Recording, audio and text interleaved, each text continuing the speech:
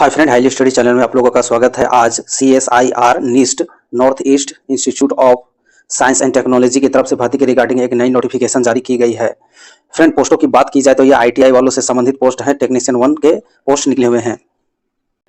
साथ ही फ्रेंड बताना चाहूँगा कि इस चैनल पर डेली बेसिस पे वैकेंसी अपडेट दिए जाते हैं, इसलिए फ्रेंड्स यह इंपॉर्टेंट हो जाता है कि आपके योग का कोई वैकेंसी आपसे मिस ना करे। इसलिए चैनल को रेगुलर वॉच करें, इसे सब्सक्राइब करें और इसके बेल आइकन को ऑन करके रखें।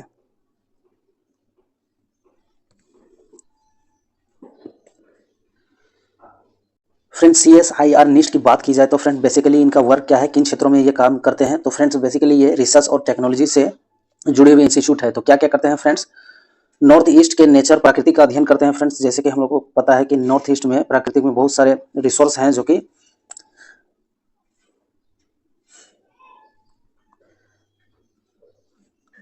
नॉर्थ ईस्ट के नेचर का प्रकृति का अध्ययन करते हैं। फ्रेंड्स जैसे कि हम लोगों को पता है कि नॉर्थ ईस्ट में नेचर से बहुत सारे रिसोर्स हम लोगों को प्राप्त होता है, तो उन्हें कैसे साइंटिफिकली उन्हें सुरक्षित रखा जा सके, इसके ऊपर भी अध्ययन करते हैं।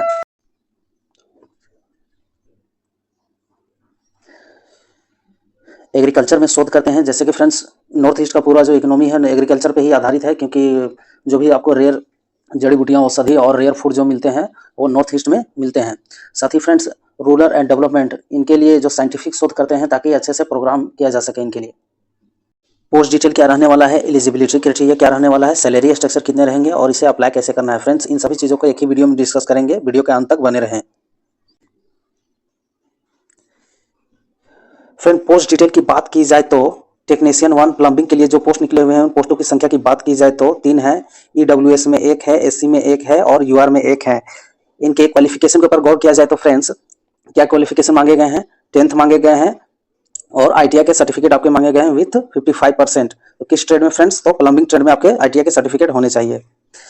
या फिर फ्रेंड्स क्या बोले गए हैं, 10th होने चाहिए आपके पास और 2 ईयर का अप्रेंटिसशिप सर्टिफिकेट आपके पास होने चाहिए विथ 55% मार्क्स के साथ में।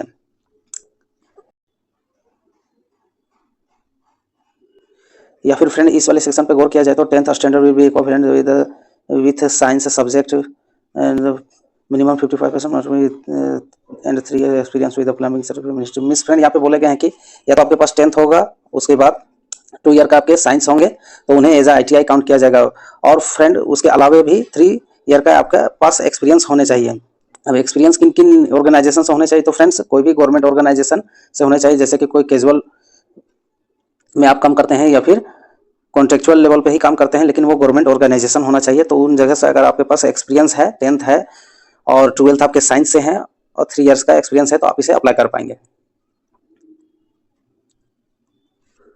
साथ ही फ्रेंड्स इनके जॉब स्पेसिफिकेशन के बारे में बोले गए हैं। मीन्स फ्रेंड जब भी आप इस पोस्ट पे सेलेक्टेड होंगे तो आपको कौन सा कार्य दिया जाएगा, आपके रोल क्या रहेंगे। तो day by day water supply laboratory and colony. Means friend यहाँ पे बोले गए हैं कि जो कॉलोनी और लेबोरेटरी में जो वाटर सप्लाई होते हैं उनको आपको मेंटेनेंस करना होगा। बेसिकली उन्हीं चीज़ों पे आपके काम पड़ने वाले हैं।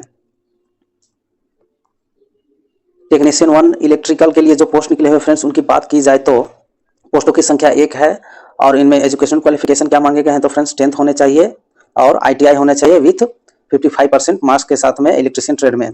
या फिर 10th होने चाहिए विथ 55% मार्क और 2 ईयर का आपके पास अप्रेंटिसशिप होने चाहिए इलेक्ट्रिशियन ट्रेड में। या फिर 10th होने चाहिए आपके पास और 12th में एज अ साइंस आपके पास में होने चाहिए और विथ 55% मार्क्स के साथ में, साथ ही साथ 3 ईयर्स का आपके पास एक्सपीरियंस होना चाहिए, वर्क एक्सपीरियंस। साथ ही फ्रेंड्स बोले गए हैं वह वर्क एक्सपीरियंस कहाँ से होने चाहिए, तो ministry of department organisation public sector. Means friend यहाँ पे बोले गए हैं कोई भी गवर्नमेंट बॉडी से यदि आपने या तो कैजुअल में या तो कॉन्ट्रेक्चुअल लेवल में काम किया हो, 3 ईयर का आपके पास एक्सपीरियंस है, तो आप इस फॉर्म को फिलअप कर पाएंगे। Post number 3 technician 1 welder trade के लिए जो पोस्ट निकले हैं फ्रेंड्स, उनमें पोस्टों की बात की जाए तो टोटल 1 पोस्ट है जो कि ST में है। इनके एजुकेशन क्वालिफिकेशन के ऊपर गौर किया जाए तो फ्रेंड्स 10th मांगे गए हैं या ITI मांगे गए हैं या फिर साइंस से अगर आपके पास 12th है तो आप 12th भी दिखा सकते हैं विथ 55% मार्क्स आपके होने चाहिए। साथ ही फ्रेंड्स बोले गए हैं अगर ये नहीं है तो ये चलेंगे, तो क्या है 10th होने चाहिए आपके पास। साथ ही साथ फ्रेंड्स यहाँ पे 2 ईयर्स का अप्रेंटिसशिप एक्सपीरियंस होने चाहिए आपके पास विथ 55% मार्क्स के साथ। अब ये भी दोनों नहीं है फ्रेंड्स, तो ये होने चाहिए आपके पास 10th होने चाहिए ट्वेल्थ में आपके साइंस होने चाहिए और 3 इयर्स का आपके वर्क एक्सपीरियंस होने चाहिए वेल्डर ट्रेड में। तो वर्क एक्सपीरियंस कहाँ से होने चाहिए फ्रेंड्स? तो कोई भी गवर्नमेंट बॉडी जो कि सेंट्रल या फिर स्टेट या फिर यूनियन टेरिटरी कोई भी गवर्नमेंट बॉडी है उनसे अगर आपके पास एक्सपीरियंस है एज ए कैजुअल वर्कर या फिर कॉन्ट्रेक्चुअल वर्कर में भी आप हो और एक्सपीरियंस आपके पास है तो आप इसे अप्लाई कर सकते हैं, आप एलिजिबल हैं इसके लिए। साथ ही साथ फ्रेंड्स यहाँ पे बोले गए हैं इनके वर्क नेचर के बारे में बोले गए हैं कि जब भी आपके इन पोस्टों पे सिलेक्शन होगा तो किस प्रकार का काम आपको पढ़ने वाले हैं। तो day by day maintenance related welder work on laboratory and colony. Means friend laboratory और कॉलोनी में आपके वेल्डिंग से संबंधित मेंटेनेंस वर्क आपके पढ़ने वाले हैं। Friend post number 4 technician 1 mason construction and would working sector की बात की जाए तो इनमें पोस्टों की संख्या टोटल 1 है जो कि एसटी में है। इनके एजुकेशन क्वालिफिकेशन की बात की जाए तो फ्रेंड्स 10th मांगे गए हैं, या आपके पास 12th होंगे तो चलेंगे या फिर आईटीआई भी होंगे तो चलेंगे।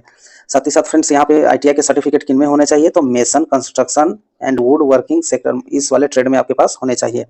या फिर ये नहीं है फ्रेंड्स तो आपके पास ये वाले होने चाहिए। एजुकेशन क्वालिफिकेशन क्या होने चाहिए? तो 10th होने चाहिए और 12th में आपके साइंस होने चाहिए विथ 55% मार्क्स के साथ में, और साथ ही साथ 2 इयर्स का आपके पास अप्रेंटिसशिप एक्सपीरियंस होने चाहिए। किस ट्रेड में? तो mason construction and would working sector इस वाले रिलेवेंट फील्ड में आपके पास अप्रेंटिसशिप के सर्टिफिकेट होने चाहिए।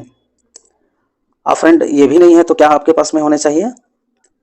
तो 10th होने चाहिए और साथ ही 12th में आपके साइंस होने चाहिए और 3 ईयर का आपके पास एक्सपीरियंस होने चाहिए। तो किन फील्ड में? तो mason construction and would working sector इस वाले सेक्टर में आपके पास 3 इयर्स का एक्सपीरियंस होना चाहिए। अब एक्सपीरियंस किन में होने चाहिए फ्रेंड्स? तो कोई भी गवर्नमेंट बॉडी ऑर्गेनाइजेशन से आपके, या फिर स्टेट हो या फिर सेंट्रल या फिर यूनियन टेरिटरी के कोई भी गवर्नमेंट ऑर्गेनाइजेशन से, या अगर आपने मेसन कंस्ट्रक्शन वुडन वर्किंग में आपने 3 इयर्स का एक्सपीरियंस कर रखा है तो आप इसे अप्लाई कर पाएंगे, इसे भर पाएंगे।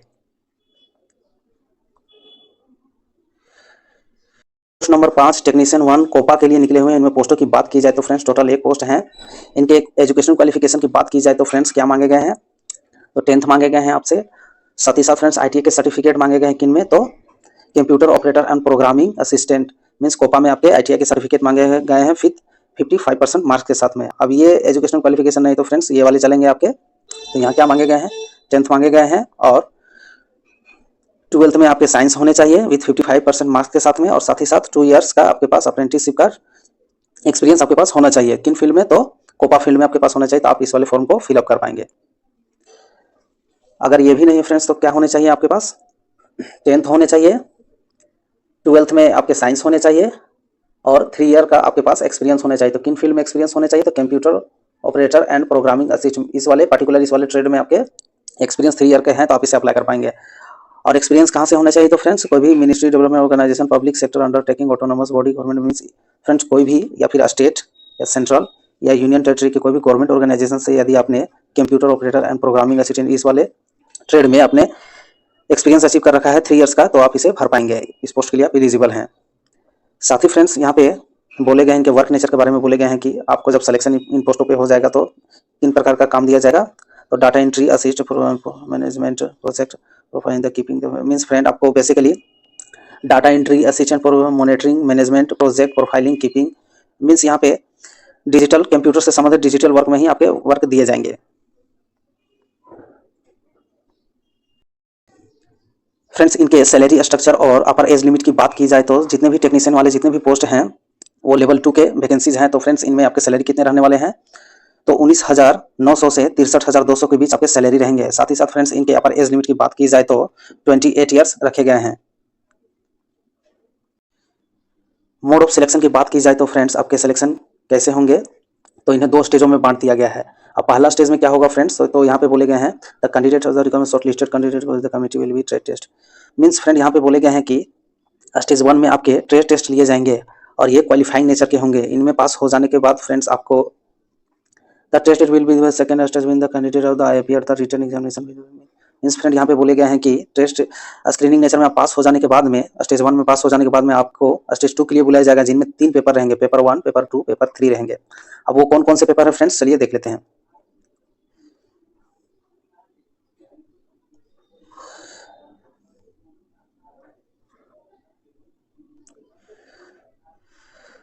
स्टेज 2 की बात की जाए तो फ्रेंड्स इनके मोड ऑफ एग्जामिनेशन की बात की जाए तो ये पूरा पूरी OMR बेस्ड या फिर CBT के आधार पर होने वाला है। मीडियम की बात की जाए तो फ्रेंड्स हिंदी या इंग्लिश बाइलिंगुअल में होंगे। स्टैंडर्ड एग्जामिनेशन की बात की जाए तो 10th plus ITI means 12th level के ये क्वेश्चन होंगे। टोटल नंबर ऑफ क्वेश्चन की बात की जाए तो फ्रेंड्स 150 की संख्या में रहने वाले हैं और टाइम की बात की जाए तो 2.5 घंटे 2 घंटे 30 मिनट का रहने वाले हैं। पेपर 1 की बात की जाए फ्रेंड्स जो कि 1 घंटे के रहने वाले हैं। इनमें मेंटल एबिलिटी से क्वेश्चन पूछे जाएंगे और टोटल क्वेश्चनों की संख्या की बात की जाए तो 50 है और मैक्सिमम नंबर की बात की जाए तो 100 है। मीन्स फ्रेंड यहाँ पे प्रत्येक क्वेश्चन के लिए 2 नंबर दिए जाएंगे। साथ ही साथ नेगेटिव मार्क्स की बात की जाए तो फ्रेंड्स इनमें कोई नेगेटिव मार्क्स नहीं होगा। फ्रेंड्स पेपर 2 की बात की जाए तो जो कि 30 मिनट के होंगे। इनमें सब्जेक्ट की बात की जाए तो पहला में जनरल अवेयरनेस रहेंगे और दूसरे में इंग्लिश लैंग्वेज रहेंगे। अब जनरल अवेयरनेस की बात की जाए तो फ्रेंड्स इनमें क्वेश्चनों की संख्या 25 रहेगा और मैक्सिमम मार्क्स की बात की जाए तो 75 रहेंगे, जो कि प्रत्येक क्वेश्चन के लिए 3 मार्क्स आपके दिए जाएंगे। और इनमें नेगेटिव मार्क्स की बात की जाए तो फ्रेंड्स प्रत्येक रॉन्ग आंसर के लिए 1 नेगेटिव मार्क्स आपके काटे जाएंगे। इंग्लिश लैंग्वेज की बात की जाए तो फ्रेंड्स इनमें क्वेश्चनों की संख्या 25 रहने वाले हैं और मैक्सिमम मार्क्स की बात की जाए तो 75 रहने वाले हैं। मीन्स यहाँ प्रत्येक क्वेश्चन के लिए 3 नंबर्स आपके दिए जाएंगे। नेगेटिव मार्क्स की बात की जाए तो फ्रेंड्स इनमें प्रत्येक नेगेटिव मार्क्स के लिए 1 अंक आपके 1 नंबर काटे जाएंगे। पेपर नंबर 3 की बात की जाए तो फ्रेंड्स जो कि 1 घंटे की होगी। इनमें सब्जेक्ट की बात की जाए तो आपके जो भी ट्रेड से जो सब्जेक्ट होंगे, कोई इलेक्ट्रिकल है तो इलेक्ट्रिकल से होंगे उनके, कोई प्लम्बर है तो प्लम्बर से, या फिर कोई वेल्डर है तो उनके वेल्डर सब्जेक्ट से। पार्टिकुलर जिन जिन ट्रेडों से पोस्ट पे आप अप्लाई करेंगे उन ट्रेडों का सब्जेक्ट से आपके क्वेश्चन रहेंगे। तो क्वेश्चनों की संख्या की बात करें तो फ्रेंड्स इनमें 50 रहेंगे और मैक्सिमम मार्क्स की बात करें तो 150 मार्क्स के रहेंगे। मीन्स फ्रेंड्स यहाँ पे प्रत्येक क्वेश्चन के लिए 3 नंबर दिए जाएंगे। नेगेटिव की बात की जाए तो फ्रेंड्स प्रत्येक एक रॉन्ग आंसर के लिए आपके 1 मार्क्स आपके काटे जाएंगे। यहाँ पे एज रिलैक्सेशन के संबंध में बोले गए हैं तो एज रिलैक्सेशन कितने रखे गए हैं तो ST और SC के लिए 5 ईयर का एज रिलैक्सेशन रखा गया है, जबकि OBC के लिए 3 ईयर का एज रिलैक्सेशन रखा गया है। साथ ही फ्रेंड्स इस वाले टॉपिक पर गौर किया जाए तो upper age limit age relaxation 5 year the under the regular employ of CSR laboratory government. Means friend यहाँ पे बोले गए हैं कि जो भी CSIR के एम्प्लॉय हैं, इनके जो अपने एम्प्लॉय हैं उनको 5 ईयर्स का एज रिलैक्सेशन दिया गया है। इनके date of cut off age की बात की जाए तो फ्रेंड्स 6/6/2025 रखे गए हैं। मींस फ्रेंड यहाँ पे 6/6/2025 के अनुसार आपके मैक्सिमम 28 ईयर्स हो रहे हैं या और मिनिमम 18 ईयर्स हो रहे हैं तो आप इसे अप्लाई कर पाएंगे। इसे अप्लाई कैसे करना फ्रेंड्स उस वाले सेक्शन पे गौर किया जाए तो the eligible candidate are required to online visit the CSR nest website. Means friend यहाँ पे बोले गए हैं CSIR के नेस्ट वेबसाइट में कौन सा वेबसाइट फ्रेंड तो /www.neist.res.in इस वाली वेबसाइट पर चले जाना है फ्रेंड्स। यहीं पे जाके आप फॉर्म को अप्लाई कर पाएंगे, फिलअप कर पाएंगे। इनके इंपॉर्टेंट डेट के ऊपर बात किया जाए तो फ्रेंड्स 17/5/2025 से फॉर्म ओपनिंग है, आप इसे भर पाएंगे। जबकि लास्ट डेट की बात की जाए तो 6/6/2025 रखे गए हैं। साथ ही फ्रेंड्स यहाँ एग्जामिनेशन फी की बात की जाए तो UR OBC और EWS के लिए 500 फी लगने वाले हैं, जबकि ST SC PWD वुमेन्स और जो इनके CSIR के जो अपने एम्प्लॉय होंगे उनके लिए कोई भी फी नहीं लगने वाला है, उनके लिए फ्री है। तो चलिए फ्रेंड्स ये काफ़ी अच्छी वैकेंसी है, उम्मीद करता हूँ आप इसे अप्लाई करेंगे। रेलवे के इंपॉर्टेंट नोटिफिकेशन और PSU सेक्टर के सारे टेक्निकल वैकेंसी अपडेट को पाने के लिए आपके चैनल हाईली स्टडी को सब्सक्राइब करें। Thank you friend for watching, please subscribe highly study.